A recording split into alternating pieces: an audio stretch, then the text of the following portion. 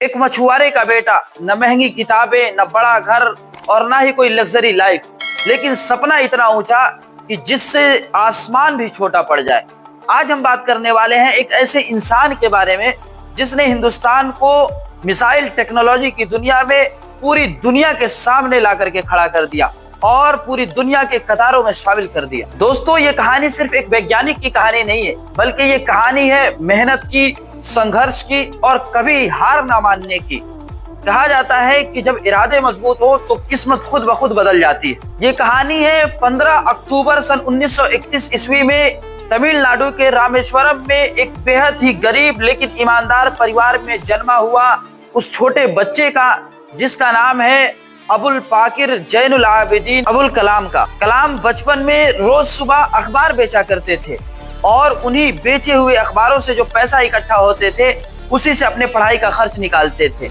रोजाना सुबह 4 बजे जगना, अखबार बेचना, फिर स्कूल जाना, ये तमाम की तमाम उनके रोजमर्रा की जिंदगी में होने लगा। शुरू से गणित, विज्ञान और उड़ने वाली चीजों में काफी दिलचस्पी थी। अब आता है समय 1950 से लेकर के 1958 का, जब उन्होंने 1950 ईस्वी में संत जोसेफ कॉलेज में बीएससी की पढ़ाई मुकम्मल की। उसके बाद से उन्होंने एरोस्पेस इंजीनियरिंग MIT यानी मद्रास इंस्टीट्यूट ऑफ टेक्नोलॉजी में प्रवेश किया, जहां सबसे बड़ी चुनौती आती है फीस की कमी। उन्होंने कई मर्तबा कॉलेज से ड्रॉप आउट करने का फैसला बना लिया, लेकिन सिर्फ एक घटना ने उनकी पूरी जिंदगी को बदल करके रख दिया। MIT के एक प्रोजेक्ट में जब कलाम पीछे रह गए तो कॉलेज के प्रिंसिपल ने कहा कि तुम्हें 1 हफ्ता का टाइम देता हूँ, अगर तुमने इस 1 हफ्ते के अंदर इस प्रोजेक्ट को पूरा नहीं किया तो तुम MIT को छोड़ देना। कलाम दिन रात मेहनत करते रहे और समय से पहले ही उस प्रोजेक्ट को पूरा मुकम्मल कर दिया। अब आता है 1958 से लेकर के 1969 ईस्वी का समय, जब उन्होंने अपनी असल जिंदगी की शुरुआत की। 1958 ईस्वी में उन्होंने इंडियन एयरफोर्स में पायलट बनने का सपना देखा, लेकिन उनका स्थान 9वां नंबर पर था और पायलट के लिए सिर्फ 8 लोग चाहिए थे और उनका सपना वहां पर टूट गया। लेकिन उन्होंने हार नहीं मानी और उसी साल वो DRDO के वैज्ञानिक यानी साइंटिस्ट के तौर पर चुने गए और फिर उन्होंने हावरक्राफ्ट जैसे प्रोजेक्ट पर काम करना शुरू कर दिया। शुरू होता है 1969 से लेकर के 1980 ईस्वी का, जिस समय भारत ने अपना सबसे पहला रॉकेट लॉन्च किया था। 1969 ईस्वी में उनका तबादला DRDO से इसरो की तरफ कर दिया गया और यहीं से भारत की अंतरिक्ष यात्रा में बड़ा बदलाव हुआ। कलाम ने SLV-3 का नेतृत्व किया और 18 जुलाई सन 1980 को भारत ने अपना पहला उपग्रह रोहिणी नाम से अंतरिक्ष में भेज दिया।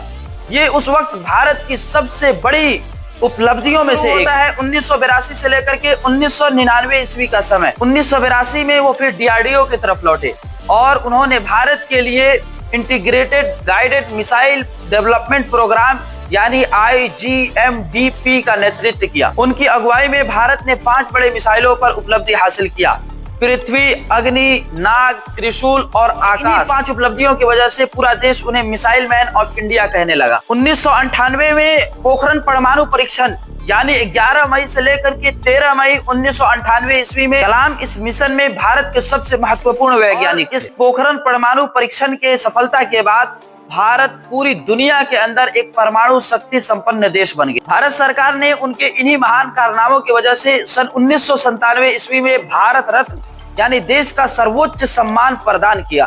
25 जुलाई सन 2002 को वो भारत के 11वें राष्ट्रपति बने और लोग उन्हें प्यार से पीपल्स प्रेसिडेंट कहा करते थे। वो हमेशा बच्चों और युवाओं से जुड़े रहते थे। उन्होंने अपने तनख्वाह का एक बड़ा हिस्सा शिक्षा और समाज सेवाओं के लिए दान कर दिया। 27 जुलाई 2015 को डॉक्टर कलाम IIM शिलोंग में छात्रों को क्रिएटिंग ए लाइवेबल प्लांट अर्थ विषय पर व्याख्या दे रहे थे। लेक्चर देते देते उन्हें हार्ट अटैक आया और कुछ ही समय के बाद वो दुनिया को अलविदा कह गए और उनके लेक्चर के समय आखिरी शब्द था, स्टूडेंट्स, तुम ही भारत के भविष्य हो। पूरा देश रो पड़ा, लेकिन उनका सपना आज भी भारत की आत्मा में जिंदा है। दोस्तों, डॉक्टर कलाम कहते थे कि अगर सूरज की तरह चमकना है तो पहले सूरज की तरह जलना होगा। उनकी कहानी हमें याद दिलाती है कि गरीबी, संघर्ष और मुश्किलें कभी भी हमारा रास्ता नहीं रोकती, बल्कि अगर हमारा सपना सच्चा हो और हम पूरी मेहनत पूरी ईमानदारी के साथ करते हो तो हमारा सपना भी एक दिन सच होगा और हमारा सपना भी साकार होगा। दोस्तों, ये थी डॉक्टर कलाम की छोटी सी जीवनी जो मैंने आपके सामने रखा। अगर आपको इससे कुछ सीखने को मिला और वीडियो पसंद आया हो तो वीडियो को लाइक करें, अपने दोस्तों के पास शेयर करें और अगर चैनल पर नए हैं तो चैनल को सब्सक्राइब करें। मिलते हैं नेक्स्ट वीडियो में, तब तक के लिए धन्यवाद। जय हिंद, जय भारत।